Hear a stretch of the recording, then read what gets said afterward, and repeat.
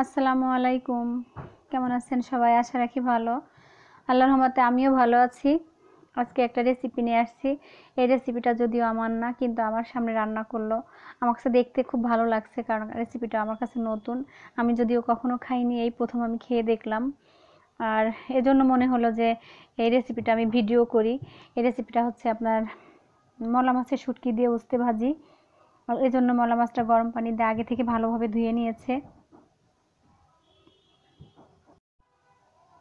তেল গরম হয়ে যাওয়ার পরে মাছটা ছেড়ে দিয়েছে, মাছটা ভাজা ভাজা করার জন্য। আর আপনাদের একটা কথা বলি, সেটা হচ্ছে যেহেতু গ্রামের পরিবেশের রান্না, হয়তো চারপাশটা অত গোছানো না, পরিপাটি না, আপনাদের অনেকের খারাপ লাগতেই পারে, এটাই স্বাভাবিক। এখন দিয়ে দিল লবণ। লবণ দিয়ে নেড়ে চেড়ে দিয়ে দিয়েছে হলুদ। হলুদটা দেওয়ার পরে ভালোভাবে বাদামি কালার করে ভেজে নিবে।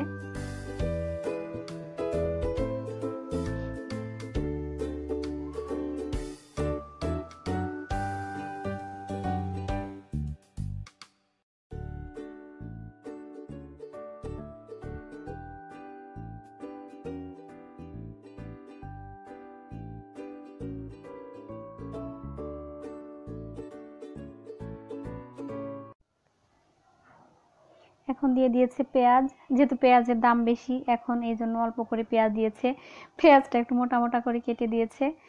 উস্তে ভাজির ভিতরে আসলে একটু পেঁয়াজটা মনে হয় একটু মোটা মোটা করে কেটে দিলে ভালো লাগে। দিয়ে দিল কাঁচামরিচ।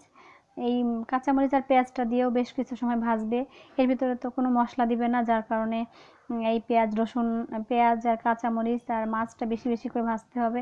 মাছটা যত ভাজা হবে ততই মনে হয় সেন্টটা বেশি আসবে। আমি যখন রান্না করতেছিল তখন এটাই ভাবতেছিলাম যে এত ভাজা ভাজা করার কারণ নিশ্চয়ই এটাই, এবং যখন খেলাম তখনও দেখলাম আসলে তাই। যদিও আমার কাছে ভালো লাগছে, আপনাদের ভালো লাগতেও পারে, ট্রাই করে দেখতে পারেন। যারা উস্তে পছন্দ করেন আর শুটকি মানে প্রেমী যারা, তাদের কাছে অনেক ভালো লাগবে। এখন দিয়ে দিবে উস্তে আর আলু। কেটে ধুয়ে রেখে দিয়েছিল লবণ মেখে।